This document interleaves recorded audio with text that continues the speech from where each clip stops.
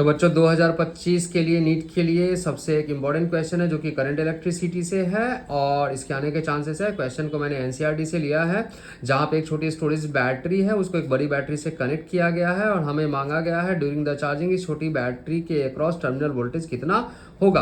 तो बच्चों देख रहे हो कि एक लूप बनेगा और यहाँ पर हमें किरचॉफ्स लॉ का यूज करना पड़ेगा इसको सॉल्व करने के लिए। तो थोड़ा सा एक समझ लो कि किरचॉफ्स लॉ क्या होता है कि total sum of the voltage along the loop अपना होता है 0। तो सबसे पहले हम लोग वोल्टेज आइडेंटिफाई करेंगे, सारे वोल्टेज को जोड़ेंगे और उनको इक्वेट करेंगे 0 के साथ में। फिर वहां से हम लोग करंट की वैल्यू निकालेंगे और करंट की वैल्यू निकालकर इसकी टर्मिनल वोल्टेज हम लोग कैलकुलेट करेंगे। तो let's solve this question. Okay, तो किरचॉफ्स लॉ में सबसे पहले जो बैटरी है, अगर बैटरी होती है तो बड़ी डंडी को प्लस साइन दो, छोटी डंडी को माइनस साइन दो और करंट का एक डायरेक्शन एज्यूम करते हैं। तो मैं यहाँ पर एक बड़ा बैटरी है तो इससे करंट मेरा निकल रहा है, उसकी वैल्यू मैं आई सोच रहा हूँ। तो यहाँ से करंट अपना निकलेगा, यहाँ जाएगा, वापस से ऐसे होते हुए ये वापस सर्किट को कंप्लीट करते हुए बैटरी में इन कर जाएगा।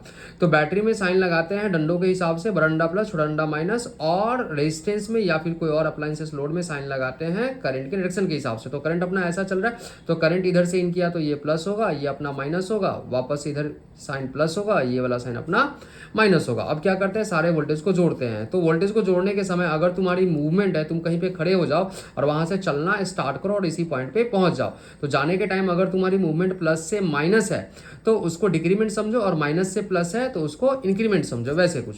तो इस बैटरी में देख रहे हैं कि हम प्लस से माइनस मूव करेंगे तो इसकी वोल्टेज हो जाएगी -8। यहाँ पे करंट का वैल्यू आई है और रेजिस्टेंस का 0.5 ओम है, तो प्लस से माइनस है तो डिक्रीमेंट, तो माइनस मेरा 0.5 आई। वापस यहाँ पे प्लस से माइनस मूवमेंट होगी हमारी, तो -15.5 आई, और यहाँ पर हमारी मूवमेंट माइनस से प्लस होगी तो प्लस होगा ये अपना 120 वोल्ट इज इक्वल टू क्या करेंगे, 0 लिख देंगे। अब हम इस इक्वेशन को सॉल्व करते हैं अपने को, तो आई की वैल्यू मिलेगी 7 एम्पियर। अब देखते हैं ड्यूरिंग द चार्जिंग जो terminal voltage across the battery appear होगा वो होगा V is equal to E plus I are.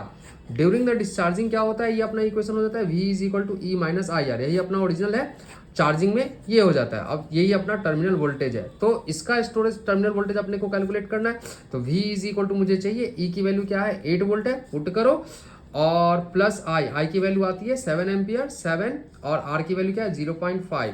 तो टोटल जोड़ के 8 प्लस 3.5 आएगा अपना, तो टोटल हो गया 11.5 volt and this is our answer. अब इस रेजिस्टेंस का काम क्या है, क्यों जोड़ा गया है इसको। अगर ये रेजिस्टेंस नहीं रहेगा तो हम करंट को कंट्रोल नहीं कर पाएंगे और ये हमारा ओवरफ्लो हो जाएगा, करंट का एक्सेस करंट फ्लो करने लगेगा। So stay